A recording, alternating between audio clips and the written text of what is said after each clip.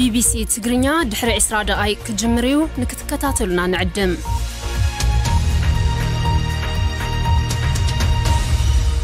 كون سجنتا BBC أفان أوروموتي نولين ترا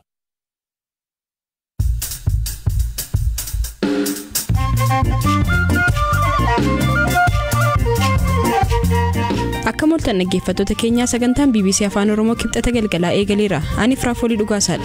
Sagantaa keenya irraan Pirees Seekiretarii Waajjira Ministeera Muummee Itoophiyaa Billana Siyyuum ibsa kennan irratti dhimmoota kaasan. Gosi koronaa vaayirasii haaraa Omicron jedhamu balaa guddaa uumuu mala jechuun UN himu. Many of us might think we're done with COVID-19. Baay'een keenya waan koronaa vaayirasiin badee nutti fakkaata. Vaayirasiin kun ammallee kan nu waliin jiru ta'uusaa Omicron ragaa quubsaadha. Lionel Messi badhaasa Ballon d'Or marsaa 7ffaadhaaf injifachuu hordofee yaadota deeggarsaa fi komii ka'an. Akkasumas odeessaalee addunyaa gaggabaaboo qabannee jirra hanga xumuraatti nu waliin tura.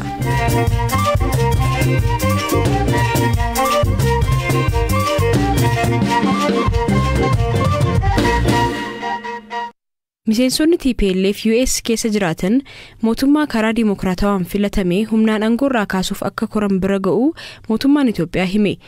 Kibxata miidiyaaleef ibsa kan kennan Pirees Seekiretarii Waajjira Ministeera Muummee Itoophiyaa Billana Siyyuum dhimma viidiyoo miliqfamee baafamee yommuu dippiloomaatonni duraanii fi amma Ameerikaa fi biyyoota lixaa tokko lammiilee Itoophiyaa bebbeekamoo fi bakka bu'aa TPLF waliin dhimma Itoophiyaa irratti wayita mari'atan agarsiisu irratti yommuu dubbatan kun shira mootummaa humnaan aangoorraa kaasuuf taasifamedha jedhaniiru. Viidiyoo kana irratti marii godhame kan dursan waggoota dheeraaf jaarsa biyyaa ta'uun Itoophiyaa keessatti dhimma nagaa irratti hojjetaa kan turan Profeesar Efreem Isaaq yoo ta'an gama TPLF'n bakka bu'uun Ambaasaadder Birhaana Gabrakiristoos akkasumas lammiilee fi dhalattoonni Itoophiyaa bebbeekamoon akka ogeettii dinagdee Dr. Eleenii Gabramadiin irratti hirmaataniiru. Pirezidaantiin duraanii waldaa qorannoo Oromoo Kulanii Jaallataa namoota marii kana irratti hirmaatan keessaas tokkodha. Billaneen ibsa kennan irratti Ministeerri Muummee Abiy Ahmed gara dirree waraanaatti maluun isaanii injifannoo fideeras jedhaniiru. We have seen over the past months that the terrorist organization has been escalating and expanding the conflict into other regions. Ji'oota darban keessatti gartuun shororkeessaa TPLF waraana isaa gara naannolee biroo lamatti yommuu babal'isu agarreerra. Darbeeyyuu miseensonni TPLF US keessa jiraatan mootummaa karaa dimokiraatawaan filatame humnaan aangoorraa kaasuuf akka koran bira ga'ameera. Namoonni kun viidiyoo miliqee ba'e irratti akka argametti karaa hokkoraan mootummaa fonqolchuun dippiloomaatota durii fi ammaa biyyoota lixaa waliin mari'achaa turaniiru. Yeroo kanatti humni waraanaa Itoophiyaa Ministeera Muummee Abiyyiin durfame humnoota TPLF irratti tarkaanfii fudhachuu itti fufeera. Ministeerri Muummee Abiy gara dirree waraanaatti deemuuf murteessuun isaa ejjennoo mootummaan wal dhabdee kana karaa nagaan furuuf qabu kan geeddaru miti. Murteen Abiy kun hamilee loltootaa kakaasee lammiileen Itoophiyaa tokkummaan cimanii gartuu shororkeessaa kana akka mormaniif isaan gargaareera. Guyyoota muraasa darban keessatti qofa bakkeewwan ijoo humnootni TPLF qabatanii turan kan akka Kaasagistaa, Cifraa Burqaam gadhisiisuun akkasumas naannoo Affaar bakka Millee jedhamu qabachuun meeshaaleen barbaachisoo biyyatti akka hin seenneef gochuun yaalii humnootni kun taasisan kuffisuun danda'ameera. Viidiyoon kun miliqee ba'e erga jedhamee booda qindeessaa walga'ii kanaa Profeesar Efreem deebii kennaniin rakkoo Itoophiyaa karaa nagaa furuuf yeroo garaagaraatti marii wal fakkaataa qopheessaa akka ture himuun viidiyoon ammaa kunis qaamuma kanaa akka ta'e ibsaniiru. Dabaluunis ibsa kana irratti Billaneen oduu sobaa fi ololli miidiyaalee idil addunyaan gaggeeffamu dhaabachuu qaba jechuun dhiyeenya immoo sagalee namoota TPLF'n mormuun mootummaa Itoophiyaa deeggaran callisiisuuf sochii miidiyaalee hawaasummaa keessumaa Twitter irratti gaggeeffamu balaaleffataniiru.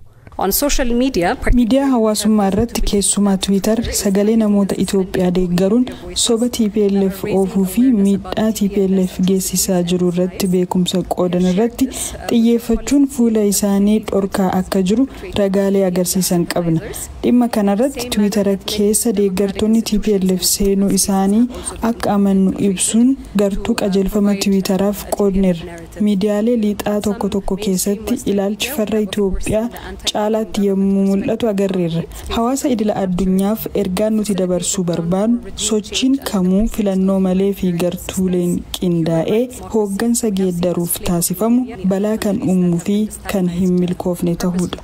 Haaluma wal fakkaatuun waraana kaaba Itoophiyaatti gaggeeffamaa jiru irratti raayyaa ittisaa dursuun kan hirmaataa jiran ajajaan waliigalaa humna waraanaa Itoophiyaa fi ministeerri muummee Abiy Ahmed hidhattoonni TPLF waliin hiriirtan hundi karaa nagaatiin harka kennadhaa jechuun waamicha dhiyeessaniiru. Eeliyaas Mullugeetaa gabaasa dabalataa qaba. Adda waraanaa amma jiran irraa ibsa miidiyaalee biyya keessaaf kan kennan ministeerri muummee Abiy Ahmed waraana gaggeeffamaa jiruun diina isaanii moochaa jiru ibsan. Wanti guddaan diinni injifatameera. Hojiin nu hafe diina barbadeessuu fi bittimsuudha jechuun kan dubbatan ministeerri muummee Abiy milkaa'ina kutaa baha biyyattiitti arganne gaashanaattis ni daballa jedhan. Kutaa kaaba biyyattii gaara gaashanaatti dhiyoo jiru irraa ibsa kan kennan ministeerri muummee Abiy Ahmed har'a asii karoorsinee bor immoo gaashanaatti diina bittimsina jedhan. Haleellaan gaashanaa irratti gaggeessinu akkaan murteessaadha. Bakka diinni kisaaraa qaqqabsiiseef gatii isaa itti argatudha. Kana raawwachuuf karoora qixeessineerraa loltoonni fi hoggansi keenyas qophiidha jedhan. Ministeerri muummee Abiy qaamoleen isaaniin lolaa jiran namoota leenjii waraanaa hin qabne hiriirsuun badii lubbuu hedduuf sababa ta'uurraa akka of qusatanis dhaamaniiru. Kanaan dura dubbii himaan TPLF Getaachoo Raddaa gama isaaniin turtii BBC waliin taasisaniin namoonni mootummaan dirree waraanaatti ergaa jiru kanneen muuxannoo waraanaa hin qabne waan ta'aniif garmalee dhumaa jiru jechuun ibsanii turan. Ministeerri muummee Abiy garuu ammas taanaan namoonni TPLF jala deemaa jiran hunduu harka kennuun dhumaatii lubbuu hambisuu qabu jedhan. Dargaggoonni Tigraay garee gara deemuu hin beekne jala deemuun lubbuun isaanii garmalee badaa jira. Akka baalaatti harca'aa jiru. Dargaggoonni kunneen injifatamuu hubatanii raayyaa ittisa biyyaa humna addaa milishaa fi uummatatti harka akka kennatan yoo akkasiin goone wanti tibbana ta'aa ture itti fufa akka baalaa harca'uun isaanii kan dhaabbatu miti jedhan. Haadholiin Tigraayis ijoolleen isaanii eessa akka jiranii fi akkamitti akka jiran hordofuu qabu jedhan ministeerri muummee Abiy. Nuti kan feenu nagaadha kan jedhan ministeerri muummee Abiy garuu kan biyyatti dhufeef ammoo duubatti hin jennu jedhan. Hamileen loltootaa cimaa waan ta'eef yeroo gabaabaa keessatti adda waraanaa kana goolabnee gara adda waraanaa birootti darbina jedhan. Ministeerri muummee Abiy Ahmed jalqaba torban darbee gara adda waraanaatti maluun qaamaan waraana akka hoogganan erga ibsanii booda miidiyaatti mul'achuun adda waraanaatti milkaa'aa akka jiran himanii turan.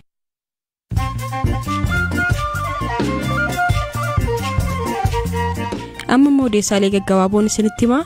Yuunivarsiitiin Gondar Dooktara kabajaa Dooktar Leenii Gabramadiniif bara 2005tti kennee kan ture haquu isaa beeksise. Dooktar Leeniin viidiyoo dhiyeenya miliqee bee jedhame irratti hirmaachuun yaada olaantummaa garee tokkoo mul'isu dhiyeessaniiru jechuun yuunivarsiitichi murtee kanarra ga'uu isaa fuula feesbuukii isaa irratti galgala kana maxxanseera. Pireezidaantiin Keeniyaa Uhuru Kenyaattaa sababa gosa koronaa vaayirasii haaraa Omikron jedhamuun biyyootiin addunyaa Afrikaa imala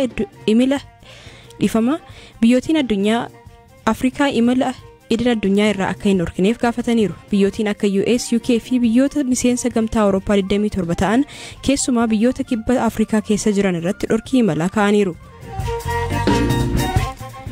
Lammiin Kooriyaa kaabaa mana hidhaa Chaayinaa keessaa miliqee ture barbaacha guyyoota 40 booda poolisiin to'atame. Namichi umurii ganna 39 miidiyaa Chaayinaatiin Shu Shaijin jedhamu waamame kun bara 2013tti Kooriyaa kaabaatii boqachuun erga Chaayinaa seenee booda yakka raawwateera jedhamuun hidhaan akka adabamu irratti murtaa'e. Miseensa paarlaamaa Niwuziilaand dilbata darbee ciniinsuu wayita ishee eegaletti saayikilii ishee uffattee hospitaala geessee sa'aatii tokko booda da'uun ishee dhaga'ame. Dubbiimtuun dhaaba siyaasaa Green Party kan taate Julie Anne Genter waggaa 3 durallee mudannoo wal fakkaataan lukaan gara hospitaalaa deemtee da'uu ishee himteetti. Dhalataan Indiyaa Paral Agawal hoogganaa olaanaa Twitter ta'uun mudamuu isaaf biyya dhaloota isaatti leellifamaa jira. Oduun har'aaf qabadhe kanuma.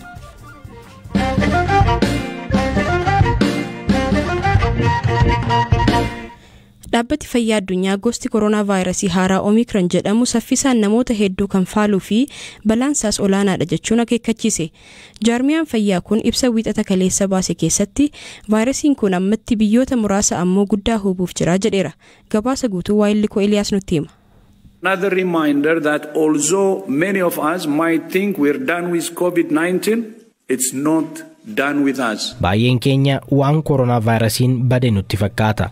vaayirasiin kun ammallee kan nu waliin jiru ta'uusaa Omicron ragaa quubsaadha jedhan. Hoogganaan dhaabbata fayyaa addunyaa Dr. Tedros Adhanom rakkoo haaraa dhalataa deemu kana qolachuuf biyyoota hiyyeeyyiif talaalliin kennuun dursa argachuu qaba jechuun irra deebiin waamicha dhiyeessan.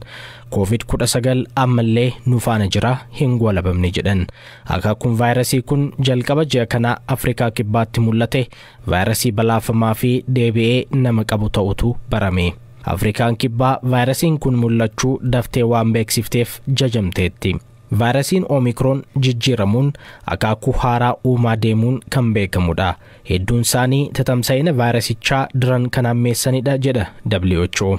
Dr. Tedros ibsa wiixata kaleessaa keessatti akka dubbatanitti saayintistoonni addunyaa hedduun akaakuun vaayirasii kun daran tatamsa'uu fi talaallii kennamaa jiru irratti dhiibbaa inni qabaatu qorataa jiru. Akaakuun vaayirasii kun hanga yoonaa Kanaadaa, UK, Portugal, Belgium fi Netherlands keessatti argameera.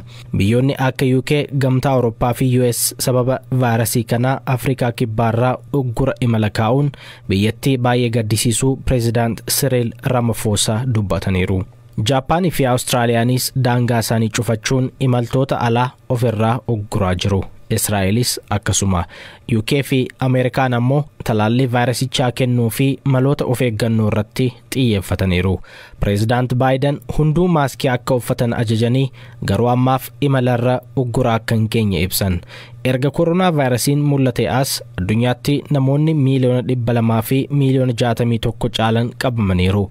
Miiliyoona 5 ol ammoo du'aniiru jedha ragaan Yuunivarsiitii Johns Hopkins.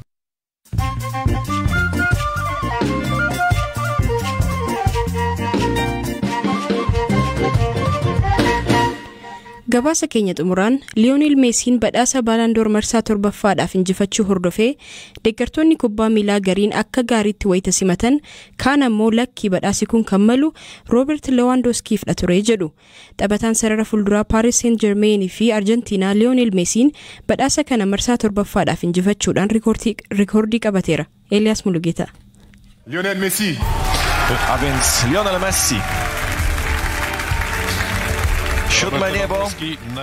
Waancaa Koppaa Ameerikaa biyya isaa Arjentiinaaf, Baarselonaadhaaf galchii 28, Paris Saint-Germainiif 4, garee biyyoolessaa isaatiif ammoo galchii 8, waliigalatti gooliiwwan 40. Kunneen milkaa'ina Lionel Messi bara 2020 keessa galmeessedha. Kanumaafis kubbaa miilaa keessa badhaasa isa guddaadha jedhamu Ballon d'Or moote. Taphataa Bayern Munich fi garee biyyoolessaa Poland kan ta'e Robert Lewandowski ammoo lammaffaa baheera. Taphataan sarara gidduu Chelsea fi garee biyyoolessaa Xaaliyaan Jorginhoon sadaffaa yoo ba'u, taphataan sarara fuulduraa Real Madrid Karim Benzema ammoo afuraffaa baheera.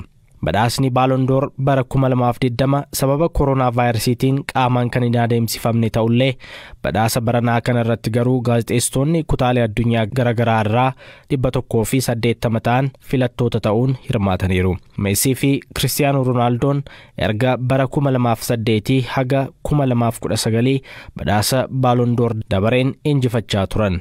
2018 keessa garuu taphataan sarara gidduu Croatia Luka Modric gidduutti badhaasicha injifatee ture.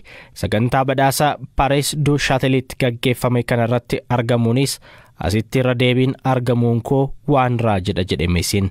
Taphataan lammii Poland lammaffaa ba'e geessa umriinsaa waggaa 33 Lewandowskis jechoota gaggaariidhaan jajuudhaan ibseera Messiin.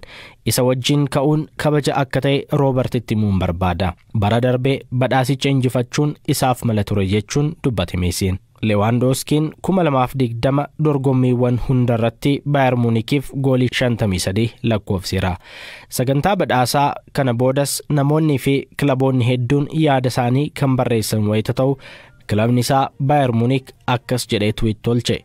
Lewandowski ati ammallee nuuf taphataa qaaliidha.